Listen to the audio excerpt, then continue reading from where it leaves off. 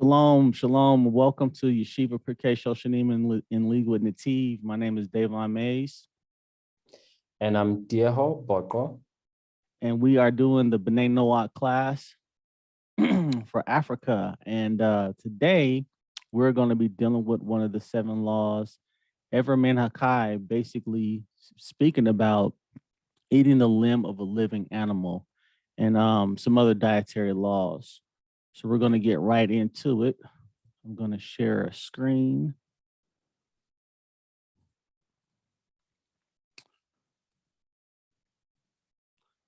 And this is the Noahide laws from the Yeshiva Pirkei Shoshanim Shulchan Aruch Project, lesson 49. Tio, you jump in at any time you want. Give some commentary if you like. And here we go. So, Introduction. Animals, be they insects, mammals, birds, or slugs, are man's constant companions on this planet. They were created before man, yet are clearly subservient to him, as the Torah tells us. The fear and dread of you shall be upon every beast of the earth, every fowl of the air, and upon all that all that teems on the ground, and all the fishes of the sea. Into your hand they are delivered. Every moving thing that lives shall be food for you. As the green herb I have given you all. Despite the subservient position of animals, man's relationship to them is not without boundaries. Man cannot do to them whatever he pleases. In this and the following lesson, we will explore the Torah's expectations for man's relationship with his fellow creations. The source of Sar Balei Kaim, the prohibition of causing pain to living things. The Torah prohibits causing the suffering of any living creature without valid necessity. Valid necessity will be defined later in this lesson. Though the Talmud states that the prohibition is biblical, there are variant traditions as to its exact source. For Noahides, making such a determination is important for knowing whether or not the law applies to them. The Gedolim, great Torah teachers, have proposed a number of possible sources. Ritva and Rabbeinu Peretz explains the prohibition as a halakha le Moshe Sinai, a precept communicated directly by God to Moses without explicit textual source in the Torah. However, it only tells us that Jews were commanded via halakha le Moshe Sinai and implies nothing about Noahides. Shita, Mukubetsis, and Ravad offer Deuteronomy 25:4 as a source for the prohibition against cruelty to animals. You shall not muzzle an ox while he is treading out grain. Muzzling an ox during threshing, thus preventing him from feeding as necessary, is cruel. This verse does not come to teach only this specific prohibition, but a broader prohibition against cruelty to animals. However, this verse was only communicated to Jews and not to Noahides. According to Rashi, the prohibition is from Exodus 23:5. If you see your enemy's donkey lying under its burden, would you refrain from helping him? You shall surely help along with him. Regardless of one's relationship to the donkey's owner, Rashi holds that one must relieve the donkey of its suffering. However, this verse, as Deuteronomy 25:4 above, was never commanded to Noahides. Therefore, it does not tell us anything about Noahide obligations. Part of an Ever Menakai. Maimonides and Nachmanides write that an underlying purpose of the prohibition of Ever Menakai, flesh taken from a living animal, is to prevent causing cruelty to animals. Such an interpretation means that the prohibition of causing suffering to animals is intrinsically part of the Noahide code. Maimonides further cites the incident of Balaam and his donkey as proof of the prohibition's inclusion in the Noahide laws. The she-donkey saw the angel of the Lord, and it crouched down under Balaam. Balaam's anger flared, and he beat the she-donkey with the stick. The Lord opened the mouth of the she-donkey, and she said to Balaam, What have I done to you that you have struck me these 3 times? Balaam said to the she donkey, for you have humiliated me. If I had a sword in my hand, I would kill you right now. The she donkey said to Balaam, am I not your she donkey on which you have ridden since you first started until now? Have I been accustomed to do this to you? He said. No. The Lord opened Balaam's eyes, and he saw the angel of the Lord standing in the road with the sword drawn in his hand. He bowed and prostrated himself on his face. The angel of the Lord said to him, why have you beaten your she donkey these 3 times? The Sefer Hasidim also understands the story of Balaam as referring to the prohibition of Sar Bali Cain. However, the Sefer Hasidim offers a fascinating insight into the mitzvah. A person is punished for any actions that causes suffering to his fellow. This is even if one causes needless suffering to an animal. For example, if one places places upon it a burden so heavy that the animal cannot walk, and he then hits it, then in the future, such a person will have to give an accounting for this. For causing suffering to animals is a biblical prohibition, as it is written by Balaam. Why did you strike your donkey? As punishments often correspond to the crime. Because Balaam said, if there were a sword in my hand, I will kill you right now. He was himself killed by the sword. See Joshua 13:22. The warning is learned from the fact that Noahides were not commanded in dominion. Adam, who was not allowed to eat meat, was given dominion over the animals. However, Noah, who was given permission to eat meat, was not given dominion. I think that's pretty distinct proof right there. Anything you want to add?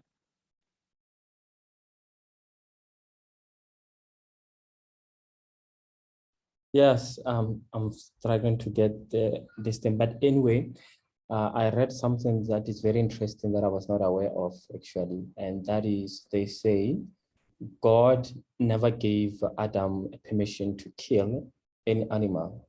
However, he was allowed to eat meat of an animal that just died by itself. But in terms of him going ahead and killing, he was not permitted.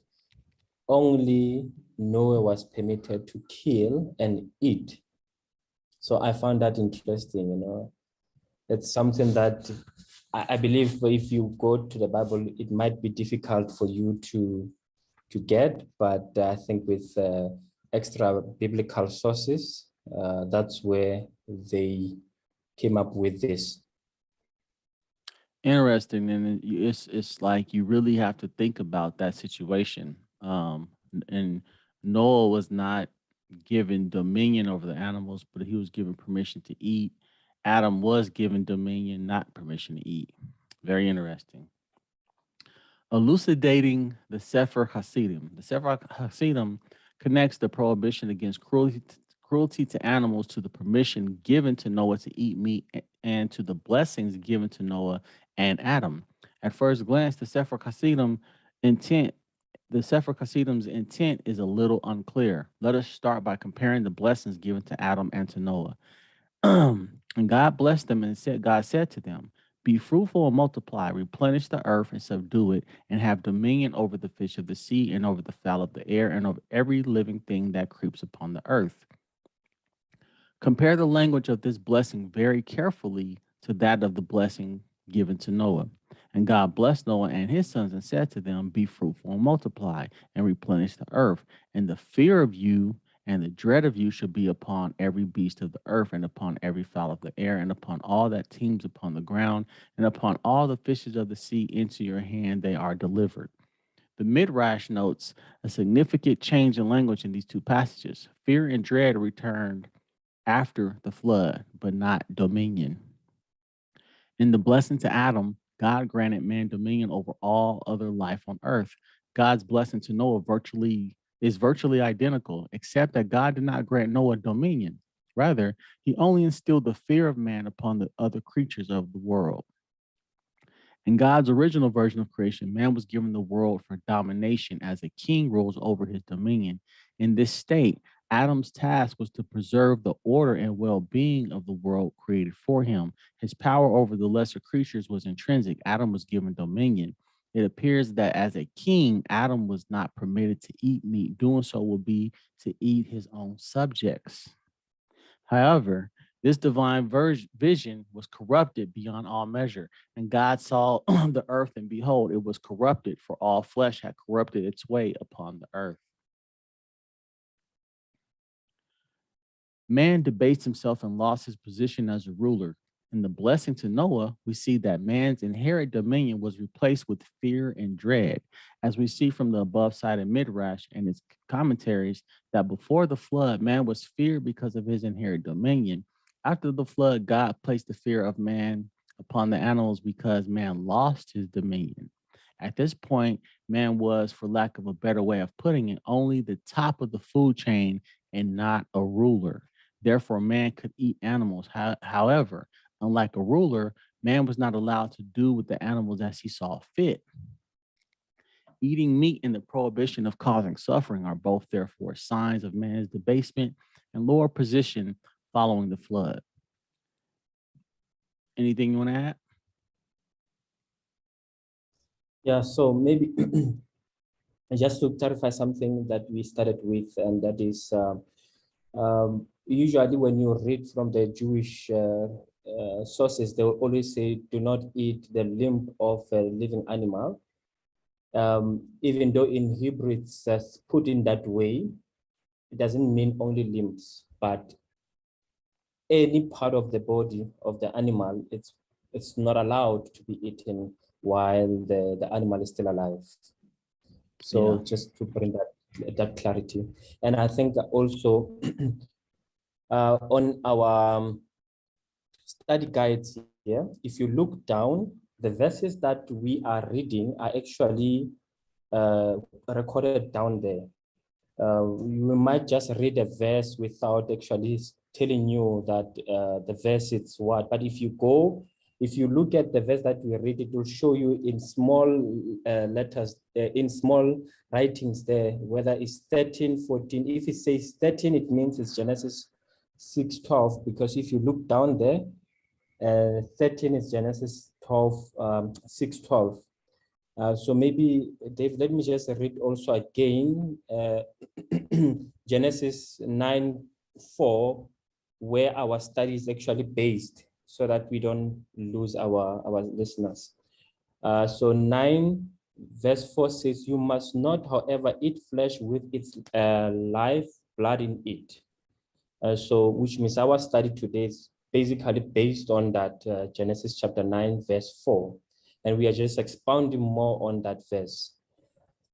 Excellent. And in South Africa, in Africa, actually, we have a serious problem of people are killing animals just to get certain parts of that animal, right? And it has been a serious problem.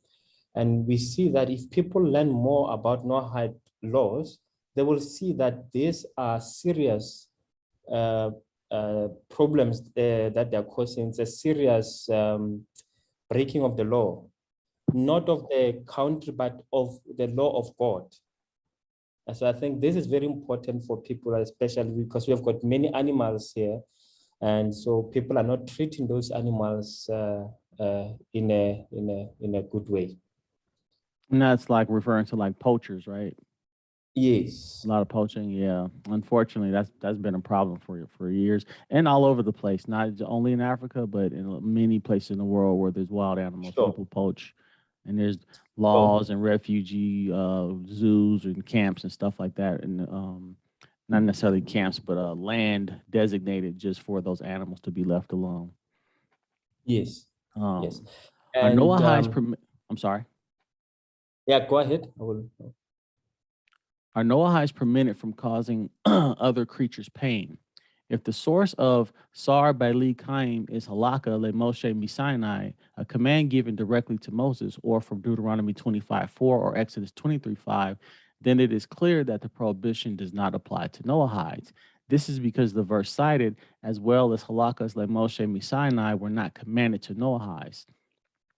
The Ashel, Avraham, Buksaks, and the pre-Megiddo whole Bnei Noach are not obligated in Zar Beli Chaim based on these sources. According to Maimonides in the Sefer Hasidim, however, Noahides are biblically enjoined against causing unnecessary suffering to other living beings.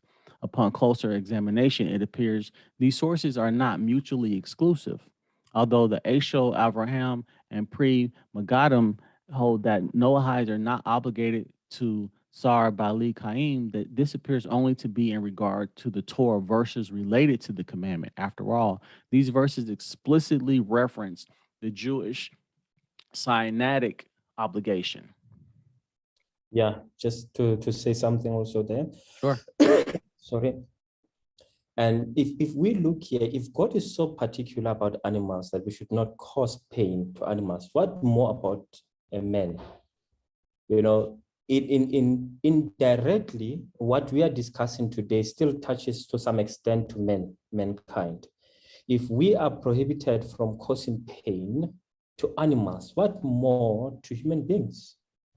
And when it comes to human beings, it's actually even more, because it's not about physical pain that you are prohibited from causing, but also lashon hara, where you cause pain through your speech. That's a great point, because verbal abuse is can be just as painful as physical abuse. Verbal abuse can lead people to commit suicide. And like you said, it just causes us steamrolls a bunch of other problems. Proverbs chapter 6, when God said he hates gossip, that is cruelty. I mean, that's causing people pain and suffering through your mouth, literally. So yeah, that's an excellent point. Dennis, you want to say anything? No? Okay. Nevertheless, the Ashel, Abraham, and Pre Magadim would certainly agree that, independent of the Torah verses, Noahides have an obligation not to cause harm to other creatures. Admittedly, there are a number of subtle issues inherent in Maimonides and the Sefer Chasidim's derivations. We will discuss these issues in the live class. Regardless of these issues, there are many other reasons to assume Noahides are prohibited from causing suffering to animals, namely on account of it being of the mitzvos how muskalos, the logically compelled mitzvos. In practice, because the prohibition may be biblical in nature as opposed to being logically compelled, it is advisable that Noahides practice the obligations according to their full exposition in Torah law. The following is a compilation of the laws of Zar Bali Kaim. To which animals does it apply? The prohibition applies to all animals and apparently insects as well.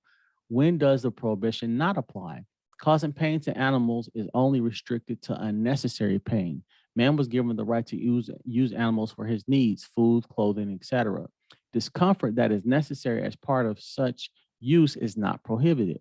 The need must be genuine and tangible. For example, to force feed an animal so that so that its meat should look more appealing is not acceptable.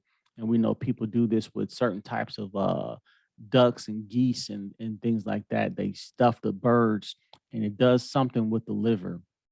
I'm not exactly sure how it works, but people will definitely overfeed certain animals to fatten them up, for lack of a better term. And this is just cruel.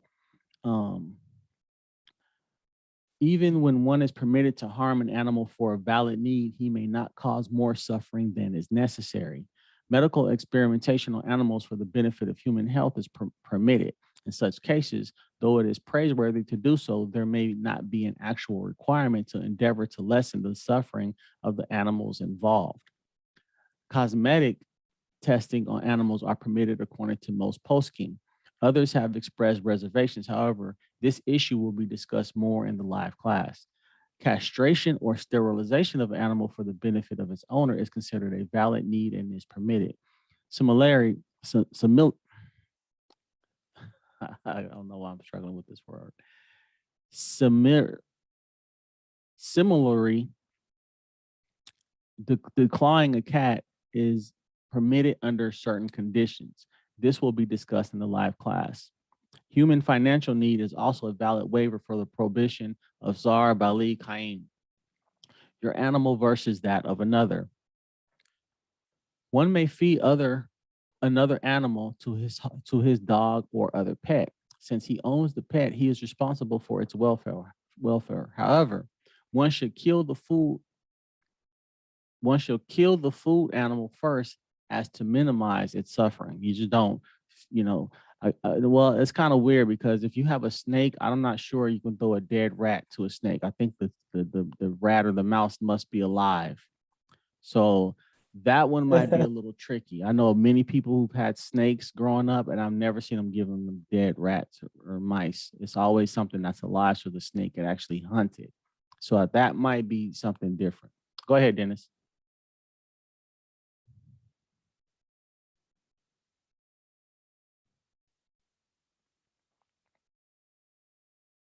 You're muted.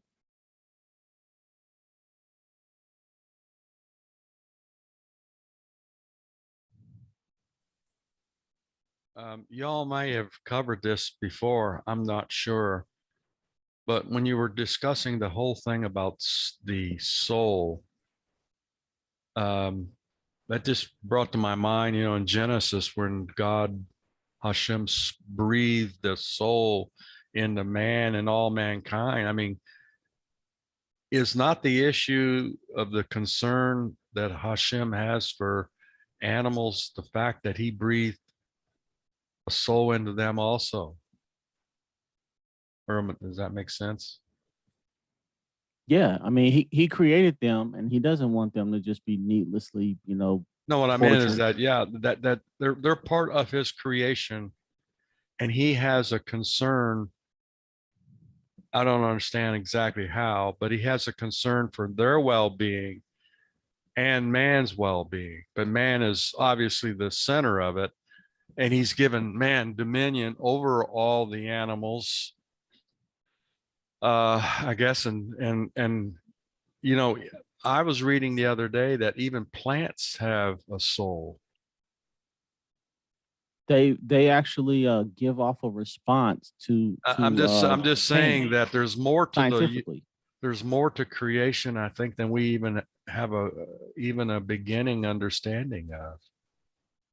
Well, they're alive. I mean, anything that grows is alive.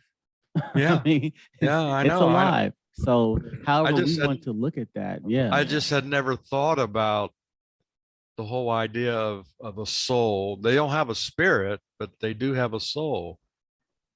Yeah. And If we look at our lesson for yesterday, you will see that not yesterday, last week, there are three components that we spoke about there. And so my understanding is the animals will have the lowest level of the soul, that is, I think it's nefesh. right. Yeah, so even like the plants, they will have the lowest, the nefesh.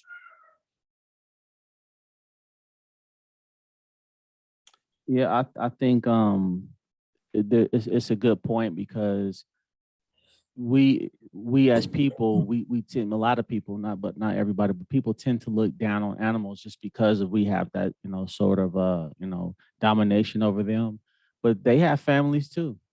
Yeah. They have families, they raise their kids. I mean, they have the same type of structures we do. Not all animals, of course, insects and the other things have they go about it a different way, but you know have you ever seen a cow or deer trying to defend its baby from the leopard?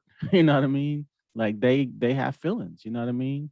You can tell, and then after they kill the baby or whatever, another animal kills a baby, they'll come over and sniff it and like lick on it. Like there's a connection there. So even though we don't understand how they view such things, they're not just mindless creatures. You know what I'm saying? They have something going on to where they instinctively want to protect their babies. A mother bear will fight you tooth and claw, you know what I'm saying, to protect her baby. So they're not, even though they're animals in our eyes, they're not just animals. You know what I'm saying? That is another life, that is another creation that Well, they have Hashem made, yeah, and we got to respect that. they have a I think purpose. They have a purpose in life. Yes, another actually sub-command of this command that we are busy discussing, I think I've read somewhere in the books where they say you're not allowed to eat a bird and it's what do you call the eggs. You know, if you want to even to take the eggs of a bird, you need to chase it away first. Not while it's still there, and you just take the eggs. You know, it's cruel. You're not allowed to do something like that. You need to chase it away. Then you can take the eggs. A chicken, you cannot just come and just take the eggs of it, the eggs while it's still there. Chase it away, and then you can take the eggs. Right. So And she another doesn't thing like see it. exactly. So another thing that I remember one rabbi was saying is, if you own a dog and you come back from work, right, and you're hungry, and your dog is hungry as well, you need to prepare food for your dog before yourself, or even sometimes before your children, because you see, a human being, because of a neshama, we are given more than just what these animals have been given. We have understanding that I don't have, the food is not in front of me now, but the food is coming. But an animal, a dog will not be able to make that, you know, be able to say, there's no food now, but the owner is making food. So because you are able to understand, you need to give food to your dog first, because it doesn't understand that if you wait for 2 minutes, the food will be there. You understand, and therefore start with an animal, and then you can prepare food for yourself after that. Yeah. And they don't have a way to just go in the refrigerator and get food whenever they want. They're completely dependent upon you. Yeah, that's a good point. In the morning, even though their food will be coming out, I have an automatic dispenser for my cats. Before that dispenser dispenses the food, they'll come and one of them will literally come and put his paw on me. He'll just come and put his paw on my leg, like, "Hey, what's going on?" You know what I mean? So I'll actually feed them if I'm up before the dispenser dispenses. It's just because if I don't, they'll follow me around and like, "Hey, if you up, I've been up. So where's my food?" So yeah, completely understand that. And there's a verse in Proverbs chapter 12, verse 10 says, "A righteous man regards the life of his animal, but the tender mercies of the wicked are cruel." So there's even a verse in Proverbs that you don't just treat animals any old kind of way, you know. And many people, I live in Colorado, it's a real serious animal state. And like we have these certain birds, the geese, they'll come to the parks and stuff, and if people like hit those birds or something, like it's a big problem. You know what I mean? They're crossing the street and backing up traffic and everything. You know what I mean? And you know, the animals out here have a lot of protections. So you know, completely understand that. Um, your animal versus that of another. Or where was I at? Where was I at? I think I stopped at You I'll had do 8 already again. read 10, so you I was need at to 10. go Okay. now. Your animal You versus that already of read another. that one. One may feed another. Oh, I did that. I did that to Yeah. you got to kill the animal. So talking about snakes. Okay. One may not kill an animal to feed it to another's dog or an ownerless animal. One has an obligation to feed and care for his own animal. Denying the animal food or care is considered cruel. However, Noahites have no obligation to provide food for other animals. It is certainly praiseworthy to alleviate the hunger of a starving animal, though. Feeding the squirrels, you know, feeding the birds, having a bird feeder in your backyard. You know what I mean? You got some bread, some extra bread, give it to the squirrels. You know what I mean? I got squirrels that sit on my fence and look in my window like, yo, yesterday he gave me some food. Is she gonna give me something today? So I completely understand that. Relieving the suffering of an animal and mercy killing. One is only prohibited from Sorry, causing unnecessary suffering to an animal. One has no okay. obligation to alleviate an animal's existing suffering. Did you say something? Yeah, can I just add something before Sure. you come? Yeah. So when it comes to also feeding animals and taking care of animals, right?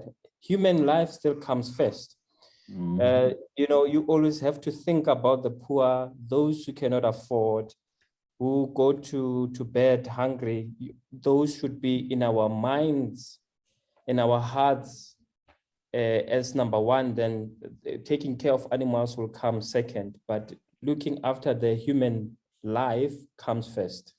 Yeah, and this is why stockout is important. For those who don't know, stockout is basically charity, and if you're going to be giving charity to animals, you definitely should be looking out for people first. You know what I mean? As far as being at the top of the food chain, I'm sure you got not everybody has the same situations, but brothers, sisters, cousins, aunts, uncles, whoever, any people on the street, you see them, hungry, you can definitely take care of that person instead of only focusing on stray animals for what I mean, because they will both need things, but of course the person will come first. um One has an obligation to feed and care for his own animal. Denying the animal food or care is considered cruel. However, Noahites have no obligation to provide food for other animals. It is certainly praiseworthy to alleviate the hungry of a starving animal, though. Relieving the suffering of an animal and mercy killing. One is prohibited from causing unnecessary suffering to an animal. One has no obligation to alleviate an animal's existing suffering. Euthanasia of suffering animals is a much discussed topic in Torah literature. It hinges on this question. It is the act is the act itself of killing an animal considered Sar Beli Kaim. Some hold that the act of killing is always Sar Beli Kaim, while others hold that it is not. Furthermore, the act of ending the animal's life must be viewed in terms of benefit to the owner versus benefit to the animal. This issue must be determined on a case by case basis. And this will take us back to Deuteronomy 17. If you have a discussion that is very difficult, you go to the judges in those days. You go to the rabbis, you go to the authorities to find out the halakha. Dangerous animals and pets. Animals Let me, that pester. sorry, Go sorry ahead. again, Devia. I'm sorry, I'm just gonna go again on what we just already discussed on top there. And in South Africa, I'm not sure in America, but we have sometimes problems where it's winter, right? And you have got someone who is the employer who is driving somewhere with his employees, and he has got a dog or whatever. He will rather put a dog in front and then he's using a bikie, right? And he puts people at the back and he puts an animal in front. And people are freezing at the back while he's protecting an animal. So I think it's something that also we need to think about, always think about people. If there is a need, leave the dog, take people wherever they need to be and come back. Than to put people at the back of your bikie and it's like -9. It's cold, right? -9 degrees Celsius and people are freezing. We see these things. You are driving to work and people are freezing at the back of a car. And there is why? That person cannot be in front because there's an animal sitting there. Wow. It's interesting. Yes. Some people don't really think things out, I'm sure everybody knows somebody who has a pet that is treated like better than a human. You see famous stars buy their dogs their own house. Things of this nature. It's like what? So yeah, some people would definitely put the animal's life over people, unfortunately. Dangerous animals and pests. Animals that pester, sting, or annoy humans may be killed even if they will suffer in the process. This includes insects, dangerous dogs, or other pets and vermin. For instance, people get their house sprayed for spiders and insects and ants and stuff like that. Because they can destroy, termites can destroy your house. Spiders can bite and, cause a lot of problems. I know a person who got bitten by a spider, his whole arm swole up. You know what I mean? Then there goes your partner saw if you're working. You know what I mean? So certain things have to be taken care of, and unfortunately, now just to be going around killing animals for the sake of doing it, that's not permitted at all. So we know people who torture animals needlessly often have signs of growing up to be like serial killers and stuff like that. They always look into their background and they'll say this person was known for, just killing cats and dogs and torturing animals as a kid. So when you see people doing that, it just kind of gives you a insight into their psyche, their mind state. Nevertheless, It is better that they be killed in a passive manner, traps, etc., so that a person does not become accustomed to killing and taking life. So yeah, there's a way to do it. You don't just randomly kill the animals. You set up traps and things like this. You don't just go around shooting at you know mice and things like that. You can definitely set traps for them. Labor animals. Labor animals may be struck or prodded as minimally necessary to direct their labor. This is considered necessary for human benefit. Hunting. Hunting, unless an actual necessity for food or hide, is considered a cruel endeavor and should not be done. The only people described as hunters in the Torah are cruel people such as Nimrod and Asaph. Capturing animals for human profit is certainly permitted. Zoos, therefore, pose no issue as long as the animals are properly cared for. So that's pretty much the lesson on that. Anybody want to elaborate on anything else? Maybe let me add one more thing on my side, and that is there is another provision that we didn't touch today, but is the provision of mating two different species of animals, two different animals, that is not allowed as well. And when my high school years, I was doing agriculture, we used to actually do that. We were taught how to do all these things, castration and all those things. And so today we have learned that those things are not allowed. Good point. And actually, there's another lesson. Lesson 50 actually covers the mixing of species, which is what you're talking about.